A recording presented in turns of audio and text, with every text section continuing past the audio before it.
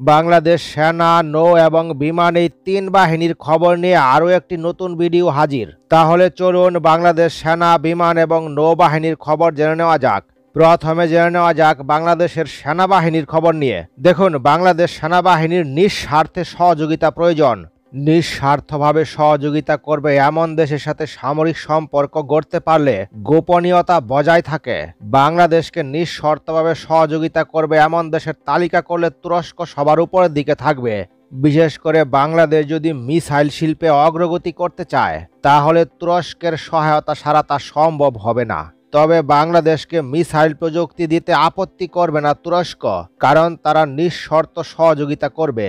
গত ৫-৬ বছরে বাংলাদেশ সামরিক বাহিনীর যে সকল অস্ত্র নিয়ে সবচেয়ে বেশি মাথা ব্যথা ছিল তার মাঝে ব্যালিস্টিক মিসাইল অন্যতম। আমাদের প্রতিবেশী দুই দেশ বিভিন্ন ধরনের স্বল্প এবং দূরপাল্লার ক্ষেপণাস্ত্র দ্বারা সজ্জিত। বিপজ্জনক এই দুই প্রতিবেশী দেশের মিসাইলকে ব্যালেন্স করতে হলে বাংলাদেশেরও মিসাইল ছাড়া বিকল্প নেই।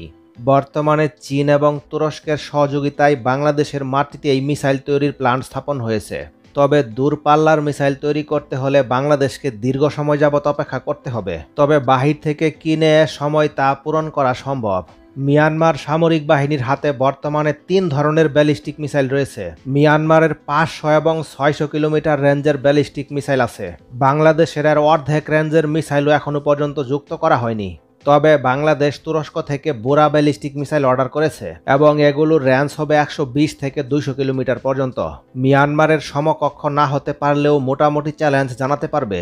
এছাড়াও তুরস্ক থেকে বাংলাদেশ আরও একাধিক সমরাস্ত্র কিনছে। বর্তমানে বাংলাদেশ চীনের সমরাস্ত্র ক্রয় কমিয়ে তুরস্কের দিকে ঝুঁকছে। পাশাপাশি নিজ দেশে মিসাইল তৈরির প্রক্রিয়া চালিয়ে যেতে হবে, কারণ মিসাইল ছাড়া বর্তমান যুদ্ধে অগ্রসর হওয়া সম্ভব নয়। এক কথায় আক্রমণ করতে হলে মিসাইলের কোনো বিকল্প নেই। তুরস্কের সহায়তায় মিসাইল শিল্পে শক্তিশালী হচ্ছে বাংলাদেশ সামরিক বাহিনী। বাংলাদেশ যদি কিছু খরচাপাতি করে তাহলে সেনাবাহিনীর জন্য তুরস্ক নিঃস্বার্থ সহযোগিতা করতে প্রস্তুত। এবার আলোচনা করা যাক বাংলাদেশ নৌবাহিনীর খবর নিয়ে। বাংলাদেশ নৌবাহিনী দেশের আয়তনের তুলনায় অনেকটা ভালো অবস্থানে রয়েছে। প্রথম দিকে বাহির থেকে প্রযুক্তি এনে যুদ্ধজাহাজ তৈরি শুরু করলেও বর্তমানে কিন্তু বাংলাদেশ নিজেরাই যুদ্ধজাহাজ তৈরি করতে পারে। বাংলাদেশ নৌবাহিনীর নিয়ন্ত্রণাধীন খুলনা শিপইয়ার্ডে তৈরি হচ্ছে আধুনিক সব যুদ্ধজাহাজ। বাংলাদেশের বিশাল সমুদ্র সীমা নিরাপত্তায় বাংলাদেশে তৈরি এসব যুদ্ধজাহাজ যথেষ্ট কার্যকর। বর্তমানে বাংলাদেশ নৌবাহিনী তাদের নিজস্ব প্রযুক্তিতে তৈরি ১ ডজনেরও বেশি যুদ্ধজাহাজ তৈরি করেছে, যেগুলোর বেশিরভাগই বর্তমানে সার্ভিসে আছে। বাংলাদেশ যদি এসব যুদ্ধজাহাজ চীন বা রাশিয়া থেকে ক্রয় করত তাহলে একটির দাম কমপক্ষে ৫০০ থেকে ৬০০ মিলিয়ন ডলার পর্যন্ত পড়ত। অথচ বাংলাদেশ নৌবাহিনী মাত্র ৫০ মিলিয়ন ডলারে এসব সরঞ্জাম দেশের মাটিতেই তৈরি করতে সক্ষম হয়েছে। তাছাড়া জাহাজ নির্মাণে বাংলাদেশি শ্রমিকদের দক্ষতা অর্জিত হচ্ছে, যা অদূর ভবিষ্যতে প্রযুক্তিগত সক্ষমতাকে বহুগুণ বাড়িয়ে দিবে। তাছাড়া বাংলাদেশ থেকে যুদ্ধজাহাজ ক্রয়ে আলোচনা চালিয়ে যাচ্ছে লেবানন এবং মালদ্বীপ। তাছাড়া জাহাজ নির্মাণে বাংলাদেশি শ্রমিকদের দক্ষতা এবং সস্তা শ্রমের কারণে এসব যুদ্ধজাহাজ খুব কম খরচে নির্মাণ করা সম্ভব হচ্ছে। এর আগেও বাংলাদেশ নৌবাহিনী কেনিয়া নৌবাহিনীর জন্য একাধিক ফ্রিগেট যুদ্ধজাহাজ তৈরি করেছিল। বাংলাদেশ নৌবাহিনীর তৈরিকৃত সবচেয়ে বড় যুদ্ধজাহাজ হল বিএনএস নির্মূল। এই যুদ্ধজাহাজটি শত্রুপক্ষের সাবমেরিন শনাক্ত করে তার উপর আক্রমণ করতে সক্ষম। এই যুদ্ধজাহাজটির ওজন প্রায় ৭০০ টন। বিএনএস নির্মূল দিয়ে একটানা ১৫ দিন পর্যন্ত গভীর সমুদ্রে অভিযান পরিচালনা করা সম্ভব এবং এই ফ্রিগেটটি পরিচালনা করতে ৬০ জন নাবিকের প্রয়োজন। এই যুদ্ধজাহাজে surface to surface missile firing capability রয়েছে। বাংলাদেশ নৌবাহিনীর নির্মিত আরও একটি অত্যাধুনিক যুদ্ধজাহাজ হল বিএনএস পদ্মা। এটি ৪৫ জন নাবিক ধারণ করতে সক্ষম। এতে অস্ত্র হিসেবে ২টি 20 mm এয়ারক্রাফট গান এবং ২টি 37 mm ক্যানন রয়েছে। এছাড়াও এটিতে ম্যানপেড এয়ার ডিফেন্স সিস্টেম এবং নেভাল মাইন রয়েছে। জাহাজ শিল্পে বাংলাদেশ নৌবাহিনী অনেক দূর এগিয়ে রয়েছে। এই রকম সাফল্য অর্জনের বদৌলতে বিশ্ব র্যাঙ্কিংয়ে বাংলাদেশ নৌবাহিনী ১৬তম স্থানে উঠে এসেছে।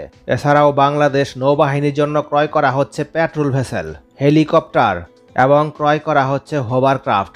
এবং বাংলাদেশের ইতিহাসে এই প্রথম হেলিকপ্টার এবং হোভারক্রাফট যুক্ত করা হচ্ছে, যা বাংলাদেশ কোস্ট গার্ড তথা নৌবাহিনীকে ত্রিমাত্রিক নৌবাহিনী হিসেবে গড়ে তুলবে। এসব হোভারক্রাফট জল, স্থল এবং যে কোনো জায়গায় এগুলো যেতে পারে। বরফের উপর দিয়েও চলতে পারে এগুলো। বাংলাদেশ নৌবাহিনীর প্রতিরোধ ভেঙে ভারত বাংলাদেশে আক্রমণ করার সাহসই পাবে না, কারণ ভারতীয় নৌবাহিনীর প্রত্যেকটি আক্রমণ ঠেকিয়ে দেওয়ার সামর্থ্য রাখে বাংলাদেশ নৌবাহিনী। যে কারণে জেনে শুনে ভারত কোনোভাবেই বাংলাদেশ নৌবাহিনীর উপর আক্রমণ করতে চাইবে না। এই সক্ষমতা নিয়ে কারো যদি সন্দেহ থাকে তাহলে প্রমাণস্বরূপ বলা যায়, বাংলাদেশি জেলেদেরকে যেমন ভারতীয় নৌবাহিনী আটক করে নিয়ে যায়, ভারতীয় জেলেদেরকে সমানে সমানে বাংলাদেশ নৌবাহিনী আটক করে নিয়ে আসে। অর্থাৎ সমুদ্র সীমায় বাংলাদেশ এবং ভারতের মধ্যে জিরো টলারেন্স, বাংলাদেশে এক বিন্দুও ছাড় দেয় না। আর এটা বাংলাদেশ নৌবাহিনীর সক্ষমতার কারণেই সম্ভব হয়। এবার আলোচনা করা যাক বাংলাদেশ বিমান বাহিনীর কি খবর। আলোচনা করার মতো কোনো খবর আমাদের বিমান বাহিনীর নেই। বলতে পারেন যে অতি নগণ্য সামর্থ্যের অধিকারী হলো আমাদের বিমান বাহিনী। তবে সম্প্রতি শোনা যাচ্ছে চীনের সহায়তায় বিমান বাহিনী নাকি ড্রোন কারখানা নির্মাণ করবে। এই বছরের ডিসেম্বরের মধ্যে এই প্ল্যান্ট স্থাপনের কাজ সম্পন্ন করবে চায়না কোম্পানি। আর এতে টেনশনে ঘুম নেই ভারতের। বাংলাদেশ বিমান বাহিনী চীনের সঙ্গে প্রযুক্তি হস্তান্তর চুক্তির মাধ্যমে যৌথ উদ্যোগে এই আনম্যান্ড এয়ার ভেহিকলস ইউএভি বা ড্রোন কারখানা স্থাপন করতে চলেছে। এটি দেশের প্রতিরক্ষা শিল্প সক্ষমতার জন্য একটি বিরাট বড় মাইলফলক। এছাড়া চীন বাংলাদেশে একটি বিমান ওভারহোলিং কেন্দ্র স্থাপনেরও প্রস্তাব দিয়েছে। 2 বছর আগে বাংলাদেশ বিমান বাহিনীর প্রতিষ্ঠিত Bangladesh aeronautical research and development সেন্টারে নিজস্ব নকশা অনুসারে 4টি বিমান তৈরি ও সফলভাবে উড্ডয়ন সম্পন্ন হয়েছে। এর উদ্দেশ্য ছিল নিজেদের প্রশিক্ষণ বিমান নিজস্ব প্রযুক্তিতে উদ্ভাবন করা এবং পরবর্তীতে বাণিজ্যিকভাবে স্পোর্ট এয়ারক্রাফট উৎপাদন করা। বিমান বাহিনীর কর্মকর্তারা বলেন, বিশ্বজুড়ে বিমান সম্পর্কিত সরঞ্জামাদির অনেক চাহিদা আছে এবং দেশের জনশক্তিকে দক্ষ জনশক্তিতে রূপান্তর করতে বিশ্ববিদ্যালয়গুলো সমন্বিতভাবে কাজ করলে এভিয়েশন খাতে অনেক উন্নয়ন সম্ভব হবে ও বিদেশি বিনিয়োগের সম্ভাবনা বাড়বে।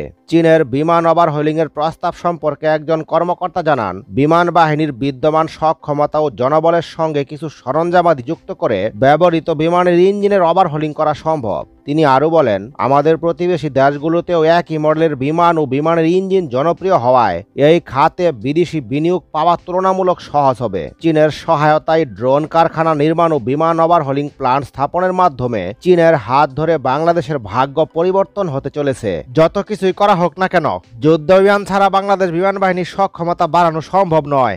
আর এই যুদ্ধ বিমান নিয়ে নতুন পরিকল্পনা গ্রহণ করা হচ্ছে। যুদ্ধ বিমান কিনতে বাংলাদেশ সরকারের নতুন সিদ্ধান্ত। এই সিদ্ধান্ত অনুযায়ী একটি যুদ্ধ বিমান কিনতে ডজন খানেক শর্ত আর মধ্যস্থতাকারীর পেছনে অর্থ খরচ না করে এখন সরকার প্রস্তুতকারী প্রতিষ্ঠান কিংবা বিক্রেতা দেশের সঙ্গে সরাসরি চুক্তি করবে। এতে করে বেশ কিছু অর্থ সাশ্রয় হবে আর বাংলাদেশ বিমান বাহিনীর পেছনে খরচ করা হবে এই অতিরিক্ত বেঁচে যাওয়া অর্থ, যাতে যুদ্ধ বিমান কিনতে অনেকটা সহজ হবে। চীনের জেট এনসি যুদ্ধ বিমান ক্রয়ের জন্যই মূলত বাংলাদেশ সরকার সামরিক বাজেট থেকে এভাবে অর্থ বাঁচানোর সিদ্ধান্ত নিচ্ছে। এই ছিল বাংলাদেশ সেনা, নৌ এবং বিমান বাহিনী নিয়ে আলোচনা। পরবর্তীতে এরকম আলোচনা আরও শুনতে আমাদের চ্যানেলটি সাবস্ক্রাইব করে রাখুন। তার পাশাপাশি লাইক, শেয়ার এবং কমেন্ট করতেও ভুলবেন না।